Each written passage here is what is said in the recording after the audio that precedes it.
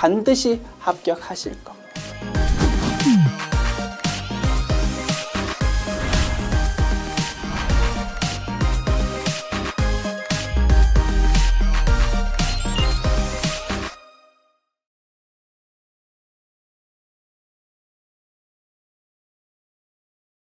안녕하세요. 제4장 거래자료의 입력 조회, 그 중에서 제1절 일반전표 입력 보겠습니다.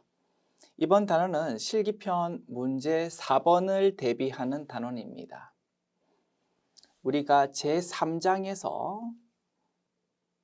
계정 과목별 회계 처리를 열심히 공부했습니다. 그 공부한 내용을 이제 실제로 차변, 대변으로 입력을 하는 것입니다. 점수 비중이 굉장히 높고 전산회계 2급 자격시험의 당락을 좌우하는 굉장히 중요한 파트가 실기편 문제 4번이다. 그지요?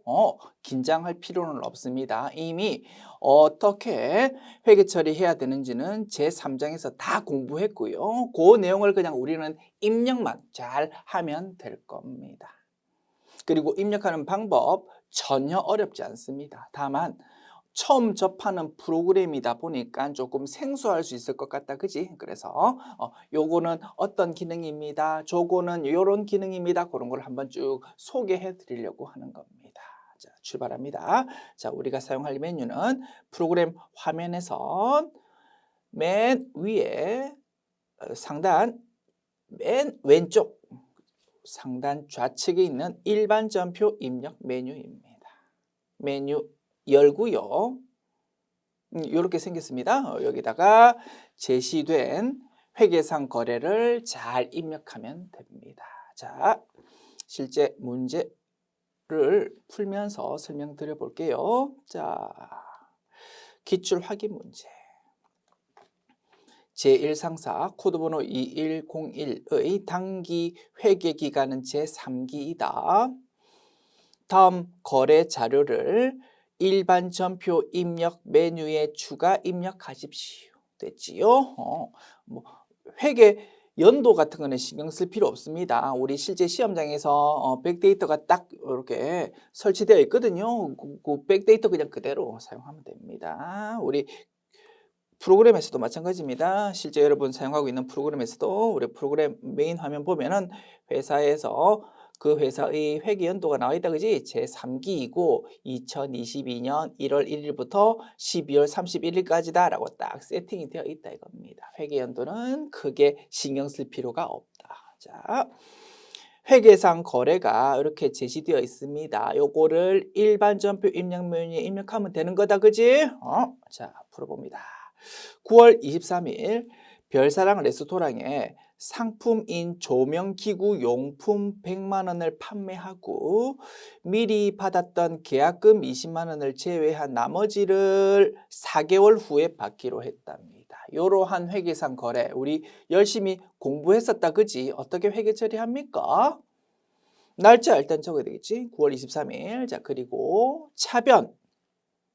대변부터 분석할까? 대변에 상품 매출이라는 수익의 증가를 기록합니다. 100만 원. 100만 원짜리 물건 팔았다, 그지? 그러면 이제 100만 원만큼 돈 받으면 되는데 계약금으로 미리 20만 원을 받았었답니다. 그러면 그때 회계 처리 어떻게 했겠습니까? 차변에 현금 또는 보통예금 20만 원, 대변에 선수금 20만 원으로 회계 처리했었을 겁니다. 그 대변에 적혀 있는 선수금을 이제 차변에 적어서 부채의 감소를 기록합니다. 100만 원 중에서 20만 원은 과거에 미리 받았었어. 그러면 이제 우리는 앞으로 80만 원만 받으면 될 거다, 그지? 80만 원은 오늘 받는 게 아니고 4개월 있다가 받기로 했답니다. 뭡니까? 외상 매출금 계정 과목이지. 주된 영업활동으로서 외상대금으로서 받을 돈이다. 외상 매출금 계정 과목. 그리고 금액은 80만 원 될 거다. 전혀 어렵지 않지요? 이렇게 이제 회계 처리하면 될 겁니다. 그리고 자, 우리 계약금 20만 원 받았을 때 어떤 거래처에서 계약금 받았는지 딱딱 관리했을 거다, 그지? 그 대변의 선수금을 차변에 적어서 없앨 때에도 당연히 거래처 적어줄 겁니다. 그리고 외상대금에 대해서 외상매출금 계정 과목으로 회계 처리하는데 이 부분도 당연히 거래처 관리해야 될 겁니다. 나중에 요 거래처에서 80만 원 받아야지 이렇게 딱 관리할 거다. 됐습니다. 이렇게 차변, 대변 내용을 입력하구나라는 거 우리 제3장에서 열심히 공부했었고 그거 확인해 보았고요. 자, 요 내용을 이제 일반 전표 입력 메뉴에다가 입력을 하면 되겠습니다. 자, 입력할 때 많은 분들이 질문합니다. 순서가 차변부터 입력해야 됩니까? 대변부터 입력해야 됩니까? 아주 여러분들이 많은 분들이 질문하고 있습니다. 정답은 순서는 상관없습니다. 차변을 먼저 입력하든 대변을 먼저 입력하든 또는 차변 일단 한번 입력하고 대변 한번 입력하고 그 다음에 다시 차변 입력하고 뭐 이런 식으로 해도 상관없습니다. 순서는 상관없다. 됐지요? 자, 그리고 프로그램 입력란이 어떻게 구성되어 있는지 봅시다. 자, 일반적 입력 메뉴 위에 날짜 적으면 되겠다. 그지? 9월 23일 위에 날짜 적으면 되겠고요. 자, 그 다음에 아래쪽 입력란은 어떻게 되어 있냐면 위에 며칠인지 몇월 며칠이라고 날짜 적으면 그 일자가 그대로 끌려오고요. 번호라는 거는 자동으로 프로그램에서 부여되는 겁니다. 우리가 직접 입력하는 거 아니니까 신경 쓸 필요 없어. 구분란은 차변인지 대변인지를 표시하는 겁니다. 계정 과목 적어줍니다. 거래처 필요할 때 적어줍니다. 적요라는 거는 거래에 대한 메모입니다. 우리가 차변, 대변, 회계 처리만 하는 것보다 이 거래는 무엇입니다 라고 메모를 해두면 굉장히 편리할 수가 있다 이겁니다. 그래서 우리 시험에서는 적요라는 란이 채점 대상 아닙니다. 그냥 공란으로 비우고 넘어가면 됩니다. 그런데 실무에서는 적요라는 메모를 많이 사용하더라 이겁니다. 됐죠? 그리고 차변이면 차변에 금액 적어주면 되고 대변이면 대변에다가 금액 적어주면 되고 이렇게 입력란이 구성되어 있습니다. 자, 이렇게 한번 쭉 훑어본 입력란에서 요 한 줄을 우리 앞으로 한 라인이다 라고 부르기로 합시다. 한 라인을 채워 넣을 때 입력할 수 있는 계정 과목은 딱 한 개다. 그지? 그러면 우리가 입력해야 되는 회계상 거래를 조금 전에 살펴봤습니다. 이러한 회계 처리를 하려면 몇 개의 라인이 필요하겠습니까? 3개의 라인이 필요합니다. 왜? 사용된 계정 과목이 3개니까. 하나, 둘, 셋. 3개의 라인에다가 차변 내용, 대변 내용 뭐 그런 걸 딱딱 적어주면 되겠고요. 순서는 전혀 상관없다. 됐지요? 자, 우리는 편의상 요 3가지 계정 과목 중에서 차변에 기록되는 외상 매출금부터 한번 입력해 보도록 하겠습니다. 됐습니까? 출발합니다. 자, 날짜 적읍시다. 9월 23일. 자, 그러면 23일이라는 일자가 이렇게 그대로 딱 표시되고 번호라는 란은 비활성화되어 있다. 그지? 내가 입력하는 거 아니야. 프로그램에서 자동으로 부여해 주니까 신경 쓸 필요 없어. 이제 커서가 구분란으로 딱 표시된다. 그지? 구분란에 커서가 위치되었을 때 맨 아래쪽에 안내가 나타납니다. 구분을 입력하세요. 1번은 출금, 2번은 입금, 3번은 차변, 4번은 대변, 5번은 결산 차변, 6번은 결산 대변 이렇게 1부터 6까지 6가지 항목에 대한 안내가 맨 아래쪽에 나타난다. 그지요? 맨 아래쪽에 있어서 보기 좀 불편할 수 있겠네. 우리 교재에 따로 표시해 두었습니다. 자, 우리 교재에서 이렇게 1번부터 6번까지 안내 나타냅니다 라고 설명되어 있고요. 1번이라는 게 무엇인지 2번이 무엇인지 이렇게 쭉 설명을 달아 놓았습니다. 나중에 강의 끝나고 나서 한번 쭉 읽어보시고요. 결론부터 말씀드립니다. 우리는 1부터 6까지 6가지가 이렇게 선택사항으로 제시되지만 사용하는 거는 only 2개입니다. 요것만 기억하면 되겠다, 그죠? 결론. 차변은 3번, 대변은 4번. 됐죠? 차변은 3번, 대변은 4번. 3번 또는 4번 2개 중에 1개만 사용할 겁니다. 됐지요? 자, 그리고 상세 내용은 잠시 후에 설명드려 볼게요. 결론부터 딱 정리하자. 자, 우리가 입력해야 될 내용은 차변의 외상 매출금이다. 그치? 차변이니까 3번을 입력합니다. 3번이라고 입력합니다. 3 이렇게 하니까 차변 표시됩니다. 됐지요? 자, 그리고 외상 매출금이라는 계정 과목을 입력해야 되겠다. 그죠? 직접 타이핑으로 입력하는 게 아니고 제2장에서 열심히 공부했던 계정 과목 및 저교 등록이라는 메뉴에 등록되어 있는 계정 과목을 검색해가지고 불러오는 방식으로 입력할 거다 이겁니다. 자, 그러면 계정 과목 란에 커서 위치시킨 다음에 어떻게 작업하면 됩니까? 상단 툴바에 있는 코드라는 버튼 클릭하거나, 그죠? 검색자가 나타난다, 그지? 또는 우리 컴퓨터 자판에 있는 단축키로는 뭐라고요? F2라고 안내가 나타난다, 그지? F2 버튼 누른다든지 그렇게 해서 검색창 띄웁니다.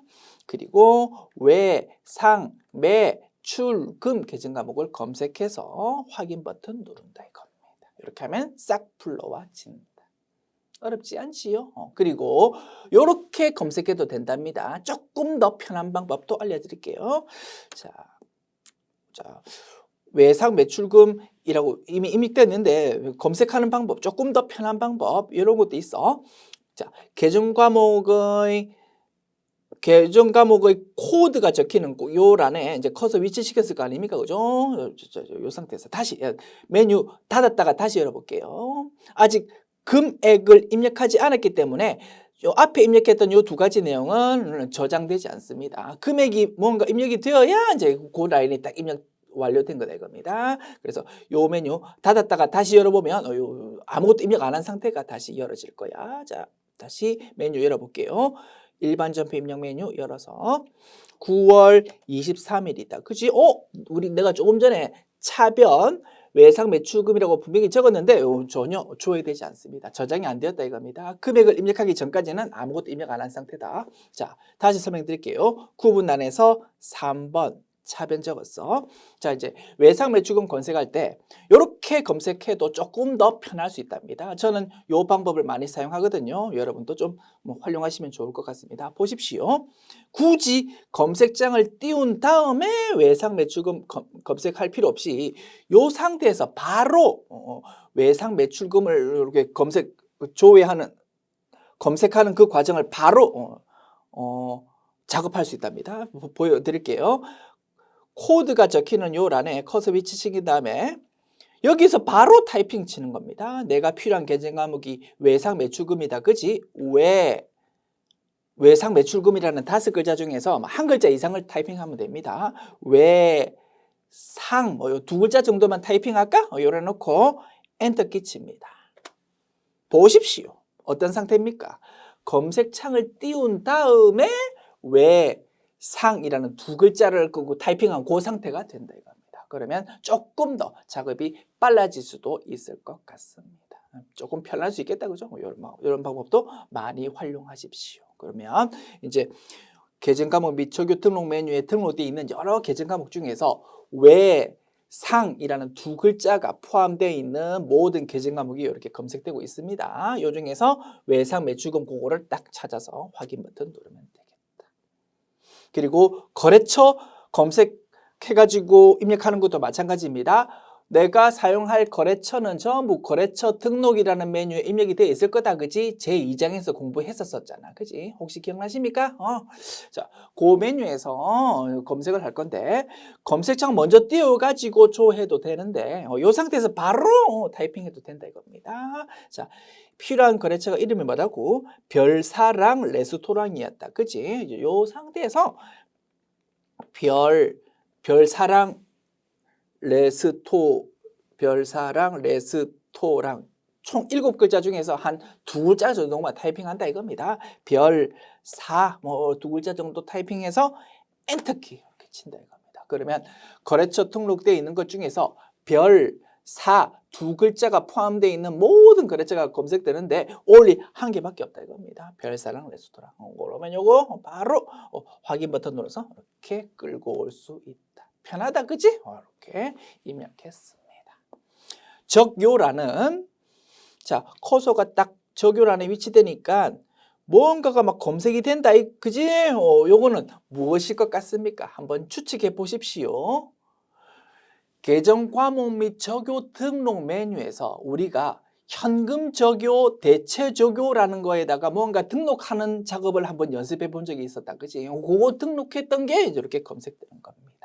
외상 매출금 계정 과목에 대해서 적요에다가 등록한 게 이렇게 딱 이렇게 아래쪽에 검색이 된다 이겁니다. 그래서 실무라면 적요를 이렇게 등록된 것 중에 한 개를 선택해 가지고 이렇게 딱 입력할 수 있을 건데 우리 시험에서는 적요라는 란이 채점 대상 아니거든요. 그냥 넘어가면 되겠습니다. 됐죠? 자, 넘어가는 거는 어떻게 넘어가면 되겠습니까? 방향키 눌러가지고 오른쪽 방향키 이렇게 누르면 넘어갈 거다, 그지? 또는 어떻게 하면 됩니까? 우리가 컴퓨터 작업할 때 무언가 내용을 딱 다 완료시키고 나면 자판에서 무엇을 누릅니까? 엔터키 누릅니다, 그죠? 엔터키 눌러도 넘어갑니다. 엔터키 눌러도 넘어간다. 다만 엔터키를 누르면 지금 위치되어 있는 커서 바로 위에 라인에 있는 무언가 내용이 복사가 되면서 넘어가는 기능이 있답니다. 지금 내가 위치한 커서는 맨 위의 라인이다. 그지? 그러다 보니까 지금 현재 위치보다 위에 쪽에는 아무것도 입력이 안 되어 있는 거다. 그지? 그러다 보니까 엔터키 치면 그냥 넘어가는데 만약에 지금 위치되어 있는 라인이 2번째 라인 또는 3번째 라인이라면 나의 바로 위에 있는 라인이 그대로 복사되면서 넘어갈 거다 이겁니다. 그런데 나는 위의 내용을 복사하지 않고 넘어가고 싶다. 그러면 어떻게 하면 됩니까? 방향키 누르면 당연히 그냥 넘어가겠지만 엔터키를 치면서도 복사하지 않고 넘어가고 싶을 때는 이런 방법이 있습니다. 엔터키를 치면 뭔가 복사되면서 넘어간다고 해서 복사하기 싫으면 뭔가 딱 복사가 된 상태다 그지? 그거를 지워버리면 된다 그지? 지우는 기능은 우리 자판에 있는 스페이스 바랍니다. 스페이스 바를 누르면 지워집니다. 그래서 지우면서 넘어가고 지우면서 넘어가고 뭐 이런 작업을 많이 활용하게 될 겁니다. 됐죠? 엔터키 넘어가는 건데 그 다음 라인으로 그 다음 입력란으로 복사가 되는 그런 특성이 있다 보니까 복사하기 싫은데 그냥 넘어가고 싶으면 어떻게? 스페이스 바 누르면서 스페이스바 한번 누르고 엔터키 치고 스페이스바 한번 누르고 엔터키 치고 이렇게 넘어가면 될 거다. 됐습니다. 자, 차변 쪽에 이제 금액 적으면 됩니다. 얼마요? 80만 원. 적읍시다. 800000. 이렇게 하면 라인 한 개가 완성. 이런 방식으로 라인 3개를 채워 넣으면 됩니다. 자, 입력 순서는 상관없다고 했습니다. 자, 한번 보여드릴게요. 나는 이제 커서가 2번째 라인에 위치되어 있다, 그지? 무언가 내용을 입력하고 나서 엔터키 치면 뭐 아무런 문제 없는데 아무것도 입력 안 한 상태에서 엔터키를 치면 어떻게 된다고? 그 바로 위에 있는 라인 내용이 복사가 된다고. 그런 기능, 그런 특성이 있다라는 거 한번 보여드릴까요? 차변 요 란에서 엔터키 치면 보십시오. 그대로 차변이라는 게 딱 복사가 되지 않습니까? 그죠? 엔터키는 아무것도 입력 안 하고 엔터키 치면 복사가 되는 특성이 좀 있구나. 뭐 그런 거 좀 알아두면 좋겠습니다. 그리고 보십시오. 외상물 지금도 그대로 복사된다, 그지? 그리고 거래처는 조금 특이합니다. 거래처 엔터키 치니까 코드는 복사가 안 되고 이름만 복사된다. 뭐 조금 예외적인 그런 면도 좀 있기는 있네요. 됐습니다. 뭐 이런 걸 외울 게 아니고 이런 특성이 있구나라는 거 한번 구경만 해두시면 충분하고요. 복사한 내용을 지우고 싶다. 어떻게 하면 된다고? 스페이스바 이렇게 누르면 지워집니다. 됐습니다. 자, 엔터키 스페이스바 특성 말씀드렸고, 자 저는 이렇게 입력하려고요. 차변 한 개 입력했잖아. 그 다음에 대변 상품 매출 100만 원을 입력해 보고 싶습니다. 자, 그러면 대변은 구분 안에서 뭐 입력하라고? 4번. 대변이라고 적힌다, 그지? 그리고 계정 과목은 상품 매출 계정 과목 적어준다. 상품 매, 세 글자 정도 타이핑하고 엔터키 칩니다. 그러면 검색창 띄운 다음에 상품매라고 이렇게 타이핑한 상태가 되는 거다, 그지? 이 중에서 상품 매출 계정 과목 401번 코드네. 요거를 싹 끌고 온다. 그리고 상품 매출이라는 거는 수익이니까 굳이 거래처 입력할 필요 없다, 그지? 거래처 입력할 필요 없으니까 그냥 아무 입력 없이 엔터키 치면 별사당 레소토농이라는 이름이 복사되는데 이런 거 필요 없으니까 어떻게 스페이스바 누른 다음에 엔터키 치면 되겠습니다. 자, 그리고 이제 대변의 금액을 적어야 되는데 잘 보십시오. 나는 대변의 금액을 입력한 적이 없는데 이미 대변 쪽에 80만 원이라고 금액이 표시가 되어 있습니다. 그 이유는 이거랍니다. 자, 우리가 분계를 열심히 공부할 때 매우 중요한 특성을 공부했다. 무엇입니까? 분계를 작성하고 나면 반드시 차변의 합계랑 대변의 합계가 일치하여야 한다라는 대차 평균의 원리를 공부했다 이겁니다. 그래서 우리 프로그램에는 이런 기능이 세팅이 되어 있답니다.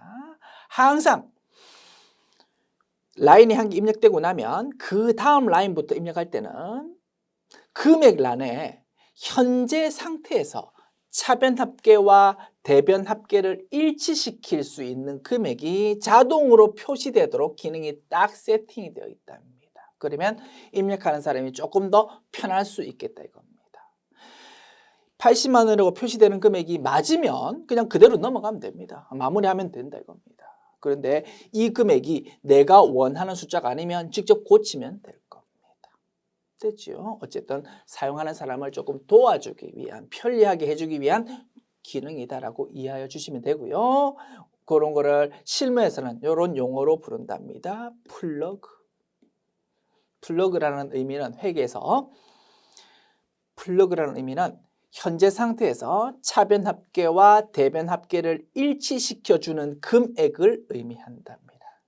그러면 현재 상태에서는 80만 원이 플러그 값이다 이겁니다. 플러그 금액이다 이겁니다. 플러그 값 또는 플러그 금액을 자동으로 표시해주는 기능이 있다. 이렇게 이해하여 주십시오. 플러그라는 용어가 시험에서 나오진 않겠지요. 실무에서 사용하는 용어인데 어차피 여러분들도 취업하실 거 아닙니까? 그죠? 취업해가지고 신입사원이 왔는데 어리버리한 줄 알았는데 우리 프로그램에 플러그 기능이 있네요. 막 이런 말 하면은 깜짝 놀랄 겁니다. 똘똘한 직원이 왔구나. 그지? 그래서 한번 써먹어 보시라고 실무에서 사용하는 용어 한번 소개하여 드렸습니다. 자, 플러그 기능이 있고 자, 우리가 지금 입력하는 상황에서는 요 80만 원이 적절하지 않다, 그지? 내가 원하는 값 100만 원으로 수정해야 될 겁니다. 100000 됐습니다. 두 개 라인 채워 넣었고 마지막 라인 채워 넣읍시다. 차변의 선수금 20만 원입니다. 차변의 선수 두 글자 정도 타이핑하고 엔터키 칩니다. 그러면 선수 두 글자가 포함되어 있는 계정 과목 검색된다, 그지? 요 중에서 259번 코드네. 요거를 끌고 옵니다. 그리고 선수금 계정 과목은 거래처 관리해야 된다, 그지? 거래처 입력합시다. 별 한 글자 정도만 타이핑하고 검색해 볼게요. 거래처 등록되어 있는 것 중에서 별이라는 글자가 포함되어 있는 거래처는 딱 한 군데밖에 없는 모양입니다. 별사랑에서 요거를 그냥 그대로 끌고 오면 되겠다. 그리고 보십시오. 지금 세 번째 라인에서도 20만 원이라는 차변 금액이 자동으로 표시된다, 그지? 왜? 플러그 기능이 있기 때문에. 위에 두 개의 라인을 입력하니까 세 번째 라인 입장에서 차변이라고 지금 구분란에 표시되어 있잖아. 차변에 20만 원이 딱 적혀야 차변 합계, 대변 합계가 일치할 것 같습니다 라고 프로그램이 자동으로 표시해 준다 이겁니다. 맞다, 그지? 그럼 어떻게 안 된다고? 그냥 엔터키 치고 마무리하면 2번 라인이 끝나는 거다 이겁니다. 자, 그 엔터키 치고 넘어가면 되겠다. 편하다, 그지? 그래서 플러그 기능이라는 게 있구나라는 거 한번 구경해 보았습니다. 자, 이제 이렇게 하면 하나의 회계상 거래에 대한 분계 세트가 완료되었습니다. 그래서 요 세 개 라인이 한 개의 세트고, 보십시오. 잘 보세요. 한 개의 라인에 대해서만 딱 커서 위치시켰는데 음영 표시되는 라인은 세 개 라인 전체가 음영 표시된다 이겁니다. 요 세 개 라인이 한 개의 세트구나라고 이해하여 주시면 되고요. 자, 보십시오. 번호라는 란이 있지 않습니까? 요거는 뭐라고 했습니까? 내가 직접 입력하는 게 아니고 프로그램에서 자동으로 부여해 주는 거라고 했습니다. 신경 쓸 필요가 없다겠습니다. 자, 내가 세 개 라인 내용을 딱 입력하고 나니까 프로그램에서 요 세 개 라인에 대해서 번호를 부여해 줬는데 세 개 라인이 전부 다 동일한 번호로 부여가 되어 있다 이겁니다.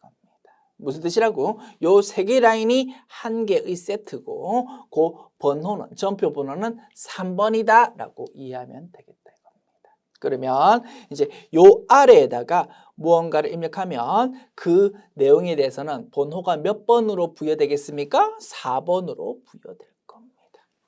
그 아래는 5번으로 부여되겠다. 그지? 이제 이렇게 자동으로 부여되는 것이다. 자, 이제 입력하는 거 보여드렸고요. 이제 이런 방식으로 우리 앞으로 이제 시험 치면 되는 겁니다. 설명 끝났고, 다만, 우리가 조금 시험장에서 알아두면 유용한 기능들이 좀 있을 거다, 그지? 그런 부분에 대해서 조금씩 이제 부연 설명을 시작하려고 합니다. 자, 하나씩 살펴볼게요. 자, 먼저, 날짜, 9월 23일 적으면 된다, 그지? 자, 그런데, 월, 일, 적는 거 옆에 보니까 변경이라는 버튼이 있다, 그지? 또 궁금하다, 그지? 한번 클릭해 보려고요. 어떻게 되는지. 변경이라는 버튼 클릭합니다. 하나, 둘, 셋. 이렇게 바뀌네요. 몇 월부터 몇 월까지 이렇게 입력하는 방식으로 바뀌게 된답니다. 이거는 2달 이상의 기간에 대해서 한 화면에서 뭔가 그 입력 내용을 보고 싶을 때 사용하는 거랍니다. 예를 들어서 9월부터 11월, 그러면 9, 10, 11, 3달치의 회계 처리 입력 내용이 전부 다 이렇게 쭉 나타난다 이겁니다. 아, 3달 동안 이렇게 회계 처리했었구나. 그지? 9월 1일부터 9월 3일도 있고 뭐 이렇게 해가지고 쭉 10월, 11월 그리고 11월 29일이 맨 마지막 입력인가 보다, 그지? 이렇게 2달 이상의 기간 동안에 대한 회계 처리 내용을 한 화면에서 보고 싶을 때 사용하는 게 변경이라는 버튼이고요. 우리 시험장에서는 쓸 일이 없겠다, 그죠? 실무에서는 쓸 수 있을 것 같다 이겁니다. 그리고 이 상태에서 다시 변경이라는 버튼 클릭하면 원래 상태로 다시 돌아옵니다. 됐죠? 자, 그리고 9월 23일이라고 날짜를 적으면 9월 23일의 회계 처리 내용만 보여질 건데 9월만 입력하고 일자는 아무것도 입력 안 한 상태에서 엔터키 치면 어떻게 될 것 같습니까? 9월 1일부터 9월 말까지 한 달 동안의 전체 내용이 보여질 거다 이겁니다. 당연하다, 그지? 9월 1일부터 9월 맨 마지막 9월 30일자 내용까지 쭉 보여지는 거다. 그리고 9월 그리고 23일 일자까지 딱 적으면 9월 23일의 내용만 보여지는 거고, 이 회사는 9월 23일에 회계 처리한 거는 only 한 건밖에 없다 이겁니다. 자, 그리고 번호라는 란은 신경 쓸 필요가 없다고 했습니다. 자동으로 부여되니까. 자, 그런데 아주 예외적으로 시험장에서도 요 번호에 대해서 요 번호를 전표 번호라고 부릅니다. 자, 전표 번호에 대해서도 신경을 써야 되는 경우가 있습니다. 어떤 경우냐 하면 요런 경우래요. 자, 예를 들어 볼게요. 자, 이러한 거래가 있다고 봅시다. 이러한 거래가 시험 문제로 제시되었답니다. 차변, 대변이 있을 때 상품을 팔았답니다. 100만 원짜리 상품. 상품 매출이라는 수익의 증가 100만 원. 돈을 보통 예금으로 받았대. 보통 예금 100만 원. 어렵지 않지요? 자, 상품 매출 과정에서 퀵비가 들었답니다. 퀵비를, 택배비를 물건 파는 우리가 부담했답니다. 어떻게 회계 처리합니까? 운반비라는 비용으로 회계 처리한다. 그지요? 운반비가 얼마 들었다고 할까? 20만 원 들었다고 가정합시다. 20만 원. 그리고 그 운반비를, 퀵비 택배비를 현금으로 지급했다라고 본답니다. 현금으로 대변 20만 원 회계 처리. 어렵지 않지요? 이러한 거래가 시험 문제로 제시되었어. 그러면 이제 요걸 입력하면 됩니다. 자, 이거 입력할 때 문제에서 이렇게 가정을 주었답니다. 하나의 전표로 입력하십시오.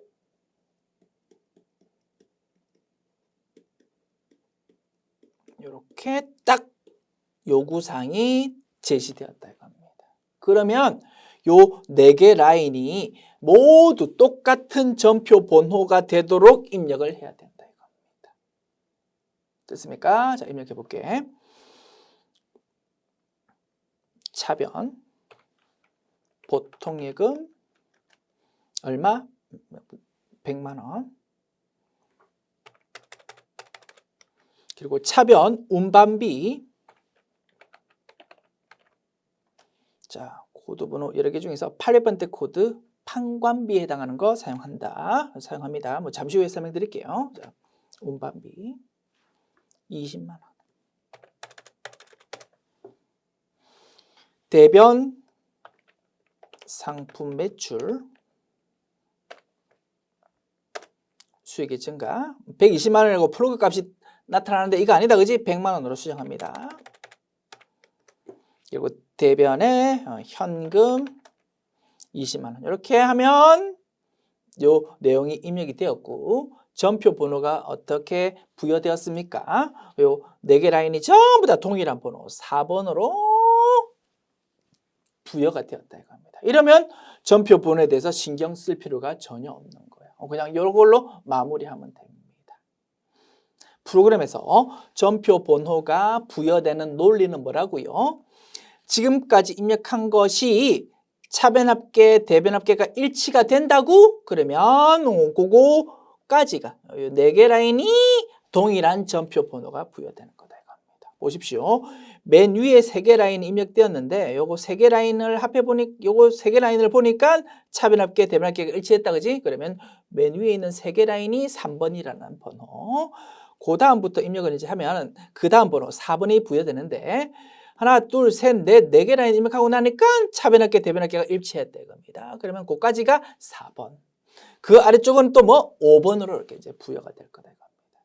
이런 논리로 전표 번호가 부여되고, 자, 이렇게 입력을 할 때, 요 문제의 내용을 입력할 때, 차변, 대변으로 입력하니까 전혀 문제가 없었어. 그런데 이렇게 입력할 수도 있을 거 아닙니까? 차변 한 번, 대변 한 번. 그 다음에 차변 한 번, 대변 한 번. 이렇게 입력할 수도 있을 거 아닙니까? 그죠? 그렇게 입력하면 좀 문제가 생긴다 이겁니다. 자, 보십시다. 자, 차변에다가 보통예금 100만 원.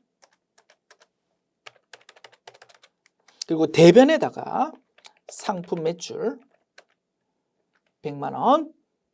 입력하니까 어떻게 됩니까? 요 2개 라인이 현재 차변합계, 대변합계가 일치가 되었다 이겁니다. 그러면 그 다음 라인에 차변의 운반비 적습니다. 운반비라는 비용 계정 과목. 자, 우리 제2장에서 한번 구경시켜 드린 적이 있습니다. 기억나십니까? 다른 계정 과목은 신경 쓸 필요 없는데 비용에 해당하는 계정 과목은 똑같은 이름인데 코드 번호가 여러 개 검색된다라는 특성이 있다 이겁니다.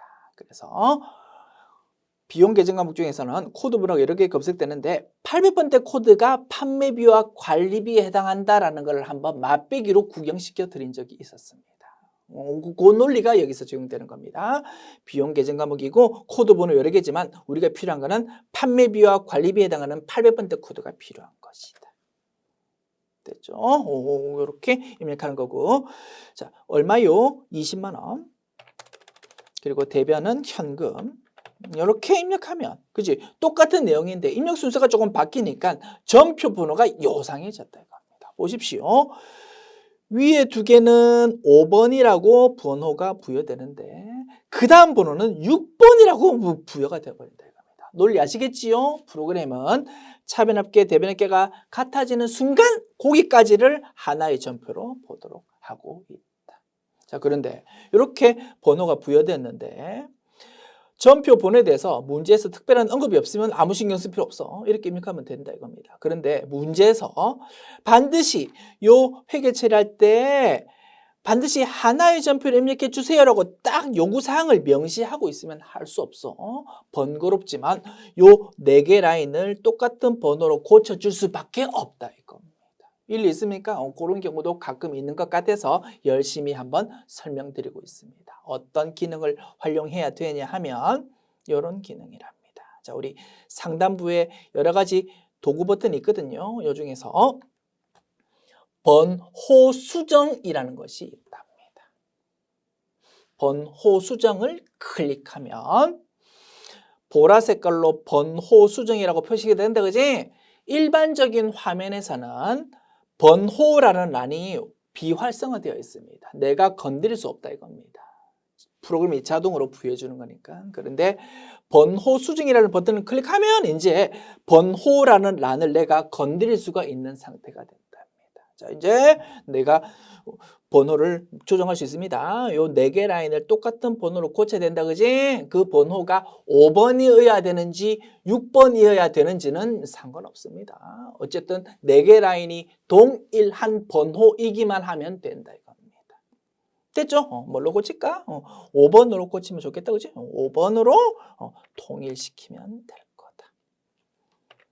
됐습니까? 이렇게 하면 요구사항에 딱 부합하는 답안이 될 겁니다.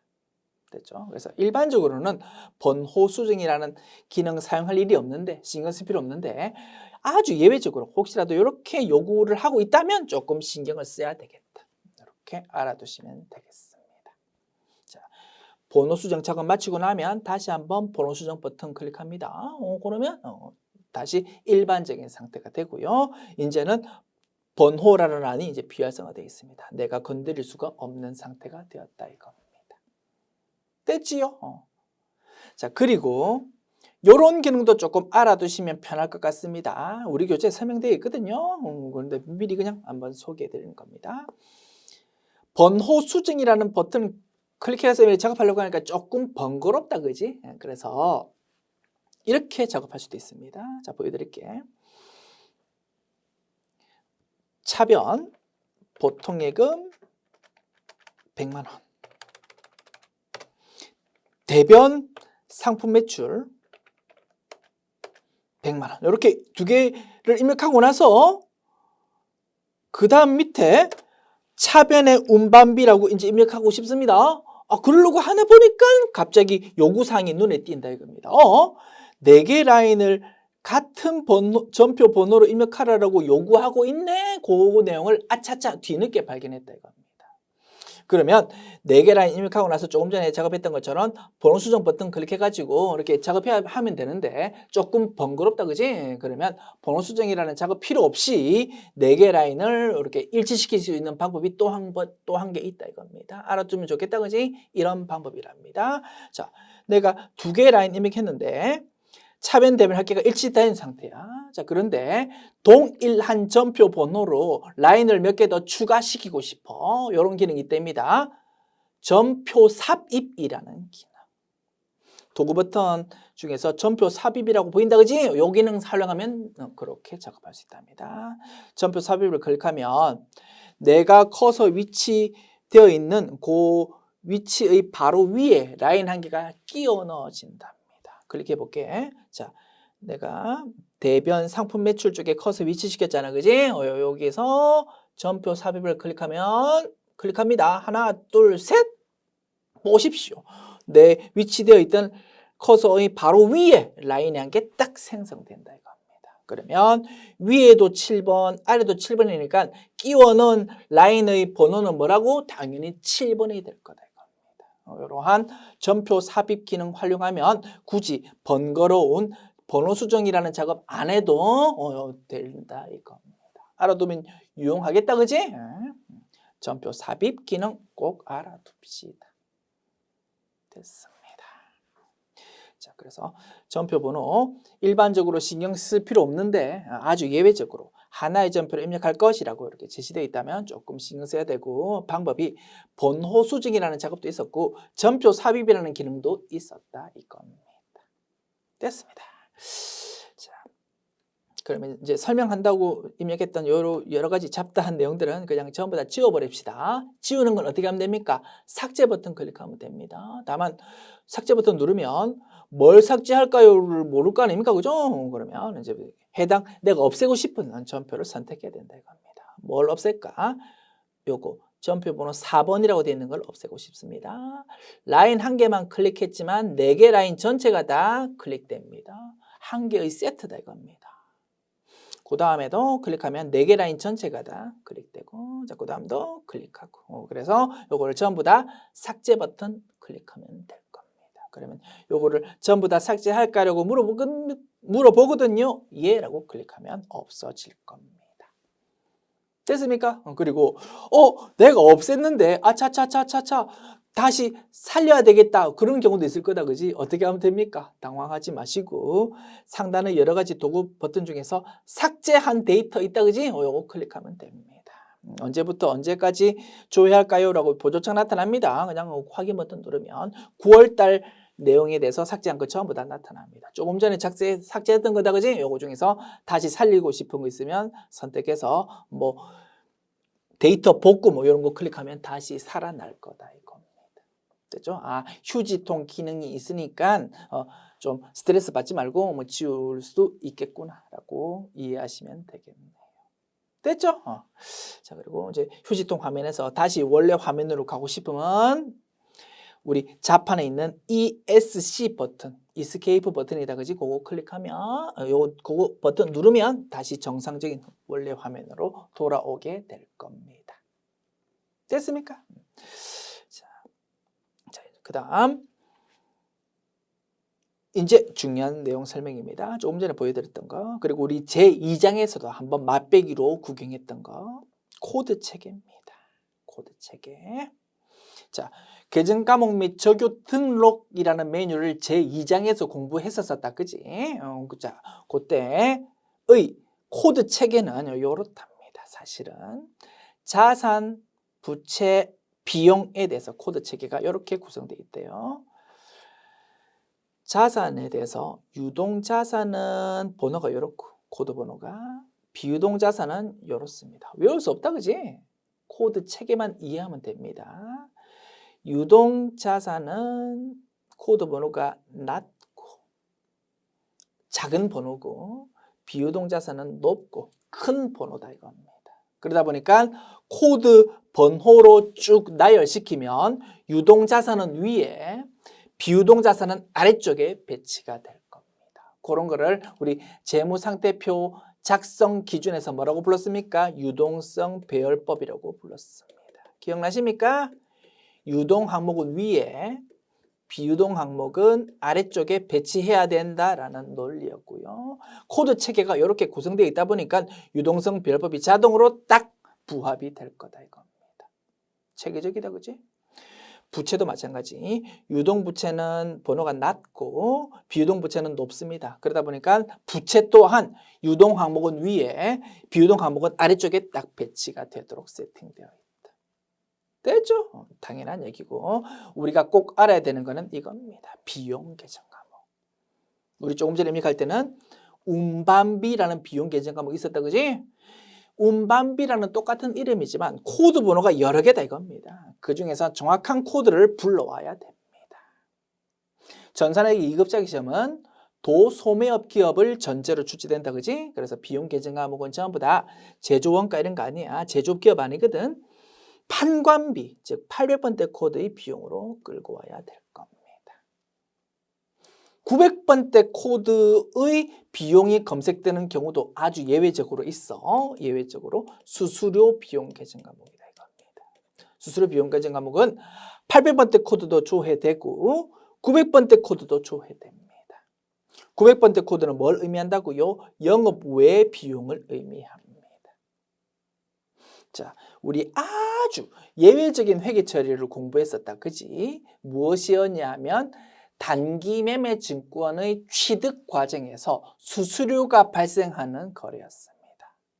자산 취득 과정에서 수수료가 생기면 취득 부대 비용이므로 자산으로 회계 처리하는 게 원칙인데 아주 예외적으로 단기 매매 증권 취득할 때의 수수료는 별도의 비용으로 처리해야 되고, 그때의 수수료 비용은 900번대 코드, 영업의 비용에 해당한다라고 열심히 공부했다 이겁니다. 그때는 어떻게 800번대 코드의 수수료 비용도 검색되고 900번대 코드의 수수료 비용도 검색되거든. 그 둘 중에서 900번대 코드를 써야 될 겁니다. 됐죠? 그 빼고는 나머지 그 외의 경우에는 모든 비용 계정 과목은 전산회계 2급 지학시험에서 어떻게 800번대 코드를 선택하면 되겠습니다. 꼭 알아두어야 되겠다, 그죠? 회계 처리는 잘 할 수 있는데 비용 계정 과목에 대해서 코드 번호 잘못 끌고 와서 감점된다. 얼마나 억울하겠습니까, 그죠? 잘 알아둡시다. 자, 그리고 질문을 워낙 많이 하시는 내용, 거래처를 입력해야 되는 계정 과목입니다. 자, 우리 입력한 내용에서 외상 매출금과 선수금은 거래처를 입력했는데 상품 매출이라는 수익은 거래처 입력 안 했다, 그죠? 어떤 계정 과목에서 입력해야 되고 어떤 계정 과목 입력 안 해도 되고 그 기준이 무엇입니까? 워낙 많이 질문한다 이겁니다. 여기서 정리해야 됩니다. 요겁니다. 거래처를 입력해야 되는 계정 과목은 다음과 같다라고 쭉 정리했습니다. 어떤 성격이라고요? 받을 돈 성격, 줄 돈 성격입니다. 우리가 A 거래처에 외상으로 물건 팔았어. 나중에 A 거래처로부터 돈 받아야 될 거 아닙니까? 그죠?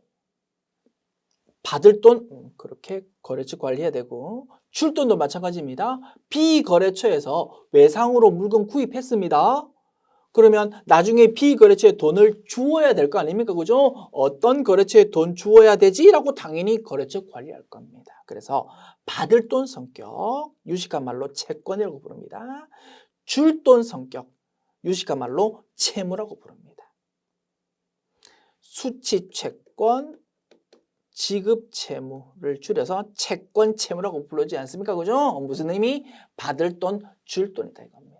그러한 성격의 계정 과목에 대해서는 따박따박 거래처를 관리해야 됩니다. 거래처를 입력해야 됩니다. 어떤 계정 과목이 있냐고요? 이렇습니다.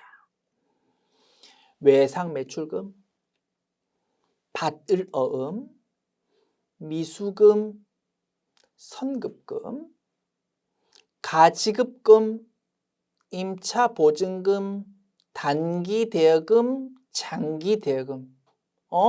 듣고 보니 받을 돈 성격으로서 거래처 관리해야 되는 건 맞다, 그지? 선급금은 사실은 앞으로 받아야 되는 돈은 아니야. 미리 계약금으로 상대방한테 돈을 준 겁니다. 그런데 돈을 미리 주면 나중에 줄 돈이 작아진다 이겁니다. 그죠? 그러니까 선급금, 계약금 미리 준 것도 당연히 거래처 관리해야 될 겁니다. 됐지요? 그래서 이러한 계정 과목들에 대해서는 거래처를 관리해야 되는 거다.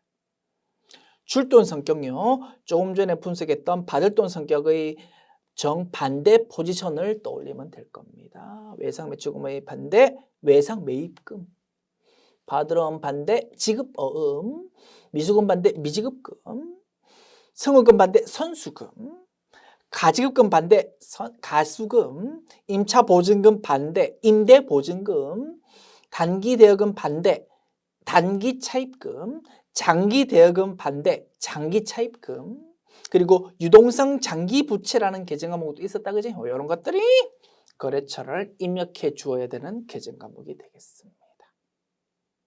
됐죠? 자, 그리고 유용한 팁을 한 개 드립니다. 자, 우리 실제 시험 칠 때는 거래처를 이런 계정 과목에 대해서는 반드시 입력을 해야 되잖아, 그지? 그런데 이런 계정 과목임에도 불구하고 거래처를 입력 안 하면 감점입니다. 자, 그런데 정반대의 상황, 예를 들어서 우리 조금 전에 입력했던 분계에서 상품 매출이라는 수익 계정 과목은 거래처 입력할 필요 없잖아, 그지? 자, 거래처 입력할 필요 없는 계정 과목에 대해서 내가 설사 별사랑 레스토랑이라는 거래처를 입력했다라고 본다 이겁니다. 감점이다 아니다? 아닙니다. 됐죠? 그러면 시험장에서는 이렇게 하면 됩니다. 우리는 이러한 계정 과목에 대해서 성격을 잘 알고 있잖아. 이런 계정 과목들은 받을 돈, 줄 돈 성격이지? 당연히 거래처를 입력해야 되는 거야 라고 우리 공부할 때는 잘 알고 있습니다. 별 문제 없었어. 그런데 시험장에서는 매우 긴장을 하고 있다 이겁니다. 평소에 잘 알고 있던 것도 시험장에서는 갑자기 기억이 하나도 안 납니다. 그런 경우 있을 겁니다. 자, 그러면 내가 시험장에서 이러한 분계를 입력하는데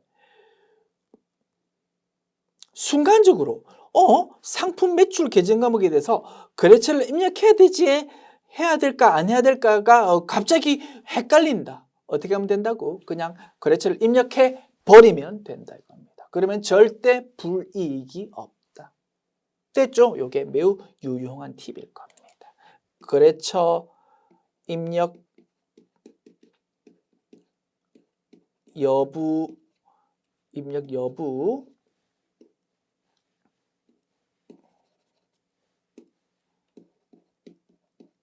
여부 판단이 어렵다. 그럼 어떻게 하라고? 입력을 해라. 거래처 입력해야 되는 계정 과목에 대해서 거래처 입력 안 하면 감점이야. 그런데 거래처 입력할 필요 없는 계정 과목에 대해서 거래처 입력하더라도 감점은 없어. 어떻게 하자고? 헷갈리면 그냥 입력을 해버리자 이겁니다. 그러면 절대 불이익 없다. 이렇게 팁을 드리고 싶습니다. 한결 스트레스가 작아졌다, 그지? 그런데 차마 이 내용을 헷갈리면 입력하면 됩니다 라는 내용을 교재에 적을 수는 없었습니다. 그러다 보니까 그냥 강의에서만 이 팁을 말씀드리고 있는 것이다. 됐습니다. 당연히 받을 돈 줄 돈 성격이다라는 것은 너무나 판단이 명확하지만 혹시 시험장에서 좀 긴장하다 보니까 헷갈릴 수 있어. 그때는 이러한 팁을 활용하면 될 것입니다. 됐습니다. 자, 강의가 좀 길어졌다, 그지? 지금까지 여러 말씀드렸는데요. 지금까지 말씀드린 것 중에서 제일 중요한 3가지 포인트 이겁니다. 정리합니다. 첫 번째, 구분란에서 차변은 3번, 대변은 4번. 아래쪽에 안에 나오잖아. 그거 2개 꼭 알고 있자. 구분란에서 3번은 차변, 4번은 대변이다. 두 번째 포인트, 비용 계정 과목에 대해서 이름은 똑같은데 코드 번호가 여러 개 검색된다고 800번대 코드의 판관비 코드로 끌고 오자. 딱 하나 예외가 단기매매증권 취득에서 생기는 수수료 비용은 900번대 코드의 영업의 비용을 끌고 와야 되겠다. 됐죠? 두 번째 중요한 포인트. 세 번째 포인트요.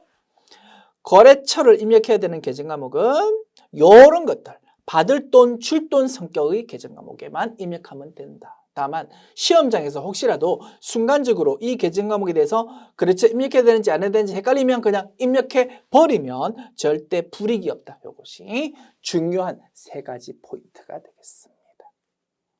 됐지요? 자, 여러 가지 중요한 말씀 드렸고 자, 그러면 됐습니다. 뭐 상품 매출에 대해서 거래처 입력해도 된다라는 티 말씀드렸고 그냥 요 상태로 그대로 놔둘게요. 이렇게 해도 절대 감점 없는 것이다. 자, 그 다음에 자, 이제 마무리 몇 가지 말씀만 추가로 드리고 이번 강의 마칩니다. 자, 어떤 내용이 어떤 내용을 소개해 드리면 좋을까요? 이거네요. 1번부터 6번까지 다양한 내용이 있었잖아. 그지? 우리는 뭐만 사용하자고 결론 냈습니까? 3번 차변, 4번 대변 두 개만 사용하자라고 결론 냈습니다. 그런데 이제 나머지 내용들은 도대체 무엇인지 한번 구경이나 해보자 이겁니다. 자, 1번 출금이라는 거는 거래 금액 전체가 현금으로 지출되는 거래를 말한답니다. 자, 예를 들어서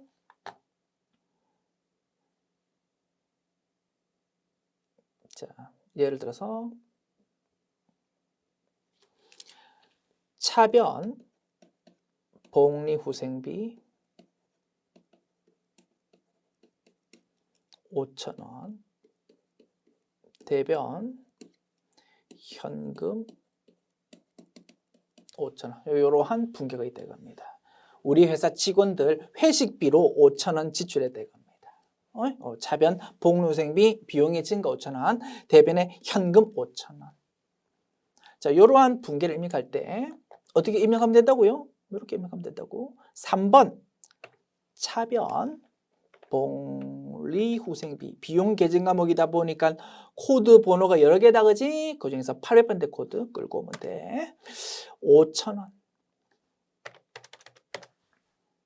대변 현금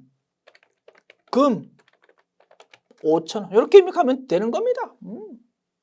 자, 그런데 조금 더 편리하게 입력할 수 있는 방법이 있답니다. 그게 출금이라는 기능. 어떻게 하냐면 구분 안에서 거래금액 5,000원 전체가 다 현금으로 나가는 거다 그지? 그러면 출금이라는 거 1번을 선택한다 이겁니다. 그러면 출금이라고 표시된다 그지? 대변이 현금 계정 과목이다 그 뜻입니다. 그러면 우리가 입력할 거는 only 차변 쪽 내용만 입력하면 된다 이겁니다. 뭐 복리후생비만. 이렇게 5,000원 입력하고 엔터키 칩니다. 하나, 둘, 셋. 엔터키 치니까 오른쪽 대변에 뭐라고 표시됩니까? 현금 계정 과목이 오른쪽입니다. 이렇게 표시된다 이겁니다. 왜? 출금이라고 우리가 구분란에 표시했다 보니까. 그리고 아래쪽에 화면 아래쪽에 요 점표 내용에 대한 실제 장부에 반영되는 회계 처리가 표시됩니다. 차변에 복리후생비 5,000원, 대변에 현금 5,000원 이렇게 장부에 반영됩니다 라고 표시되고 있다 이겁니다. 우리가 직접 차변, 대변으로 입력한 거하고 동일한 내용이 장부에 반영되는 거다 이겁니다. 그래서 두 개의 라인으로 입력해야 될 거를 한 개의 라인으로 입력할 수 있으니까 조금 더 사용자가 편할 수 있겠다라고 본다 이겁니다. 편의 기능. 그러나 이런 편의 기능이 있지만 우리는 사용한다 안 한다? 안 하기로 한다. 우리 일반 전표 입력이라는 메뉴를 이제 처음 접해가지고 어리버리한 상태에서 이러한 편의 기능까지 사용하려고 하면 머리가 터집니다. 오히려 진짜 중요한 회계 처리에서 실수가 생길 수 있다 이겁니다. 그래서 우리는 앞으로 시험장에서 출금이라는 편의 기능이 비록 있지만 절대 사용하지 말자라고 딱 정합시다. 됐죠? 자, 그리고 2번 입금은 뭡니까? 거래금액 전체가 다 현금으로 들어오는 거를 말한답니다. 예를 들어서 이러한 거래. 차변에 상품을 팔았답니다. 대변에 상품 매출. 얼마? 뭐 6,000원. 6,000원짜리 물건 팔았어. 돈이 전부 다 현금으로 들어왔어. 요러한 분계 어떻게 입력하면 된다고? 우리는 앞으로 차변, 대변만 쓰기로 했어. 대변부터 적을까? 대변에 상품 매출 6,000원. 수익의 증가. 차변에 현금 6,000원. 자산의 증가. 이렇게 회계 처리하면 돼요. 이렇게 이제 앞으로 입력할 겁니다. 그런데 편의 기능이 있긴 있다 이겁니다. 2번 입금이라는 편의 기능. 자, 구분란에서 2번이라고 누르면 입금이라고 표시됩니다. 차변이 어차피 현금 계정 과목이니까 대변 쪽 내용만 입력하면 된다 이겁니다. 상품 매출 6,000원. 엔터키 칩니다. 하나, 둘, 셋. 엔터키 치니까 차변 쪽이 현금입니다 라고 자동 표시된다 이겁니다. 하단부 회계 처리 뭡니까? 대변의 상품 매출 6,000원, 차변의 현금 6,000원이라는 요 내용이 장부에 그대로 반영됩니다 라고 표시되고 있다 이겁니다. 아시겠죠? 이러한 편의 기능이 있긴 있지만 입금이라는 우리 시험장에서는 쓰지 않기로 한다. 됐습니다. 그래서 1, 2라는 편의 기능이 있지만 구경만 해두시면 충분하고 우리는 안 쓸 거고 3번, 4번만 쓸 거고 5번, 6번은 이거랍니다. 실무에서는 기말 수정 분계에 대해서 조금 편리하게 작업할 수 있는 기능을 사용한답니다. 결산 자료 입력이라는 메뉴입니다.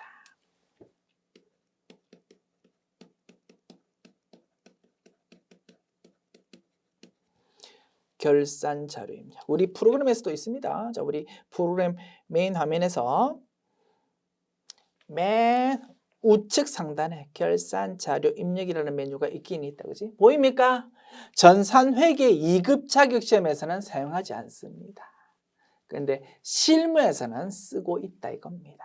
기말 수정 분계를 조금 편하게 도와주는 기능을 한답니다. 자, 이런 결산 자료 입력이라는 메뉴를 통해서 작업을 하면 프로그램에서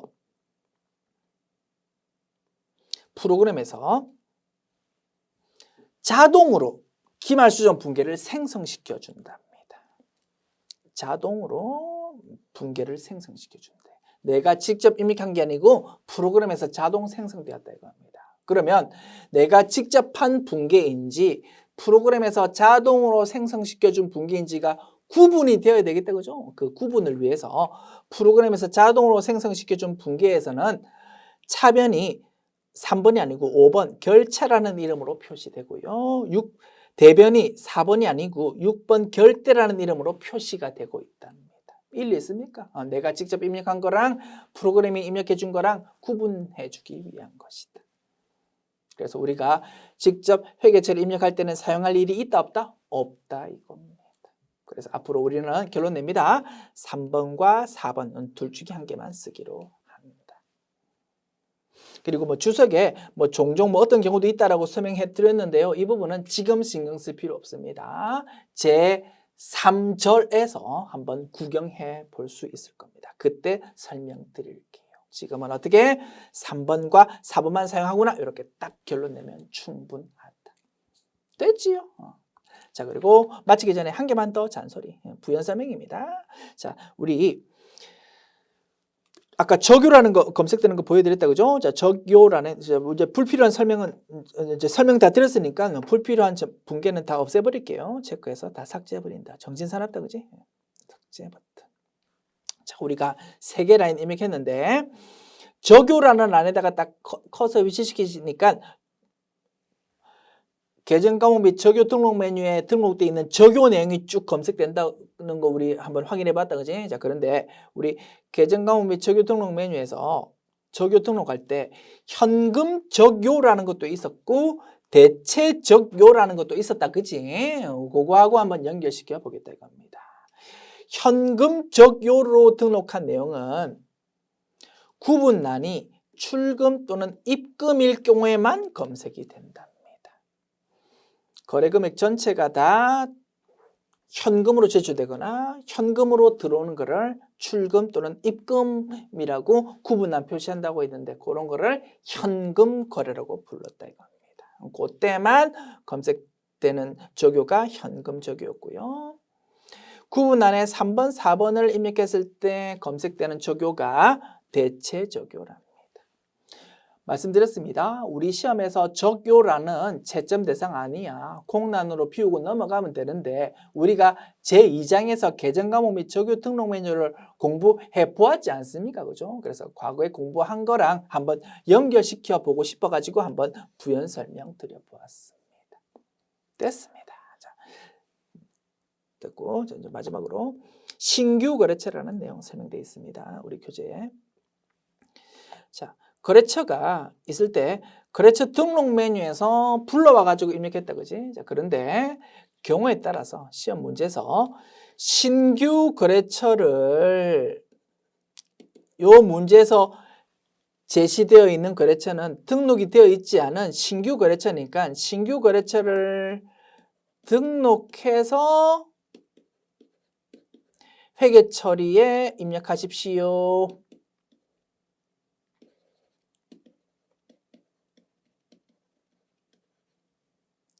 회계 처리에 입력하십시오. 이렇게 요구사항이 제시되는 경우가 가끔 있다 이겁니다. 그때는 이렇게 하면 된답니다. 예를 들어서 그 신규 거래처가 달사랑이다 라고 가정합니다. 자, 그러면 자, 거래처 입력란에서 검색창 띄웠을 때 달사랑이라고 검색하면 검색이 되겠습니까? 안 되겠습니까? 안 될 거다, 그지? 응. 자, 달사랑이라는 거래처가 검색이 안 되면 어떻게 하자고요? 새롭게 등록을 할 수밖에 없다 이겁니다. 새롭게 등록하는 거는 거래처 등록 메뉴에 이제 새롭게 등록하면 되는데 굳이 거래처 등록 메뉴까지 가가지고 새롭게 등록해야 되냐고요? 그렇지 않다 이겁니다. 요 화면에서 바로 신규 거래처를 등록할 수 있는 기능이 있답니다. 자, 거래처 도움이라는 보도창에서 맨 아래쪽에 보니까 신규 등록이라는 버튼이 보입니다. 보입니까? 요거를 클릭하면 된답니다. 굳이 거래처 등록이라는 메뉴에 굳이 새롭게 갈 필요 없고 일반 점표 입력 메뉴 보도창에서 바로 신규 거래처 등록을 할 수 있는 기능이 있다 이겁니다. 여기서 뭐 문제에서 코드 번호는 몇 번으로 하십시오라고 제시되어 있다면 그 코드 번호 적으면 되겠고 거래처 이름 달사랑 적으면 되겠고 유형 제시되어 있다면 1, 2, 3번 중에서 한 개 선택하면 되겠고 이 상태에서 확인 버튼 누르면 바로 그 내용이 거래처 등록 메뉴에 딱 등록이 되면서 바로 지금 여기서 써먹을 수 있다 이겁니다. 편하다, 그지? 그래서 혹시라도 문제에서 신규 거래처를 뭐 등록하십시오, 뭐 어쩌고 저쩌고 뭐 그런 요구사항이 있으면 요 신규 등록 버튼 클릭하면 되겠다. 됐습니다. 자, 지금까지 일반 점표 입력 메뉴와 관련된 여러 가지 기능들 살펴보았고요. 자, 뒷부분에도 설명이 되어 있습니다. 그 뒷부분 내용은 다음 강의로 계속 진행하도록 합시다. 수고하셨습니다.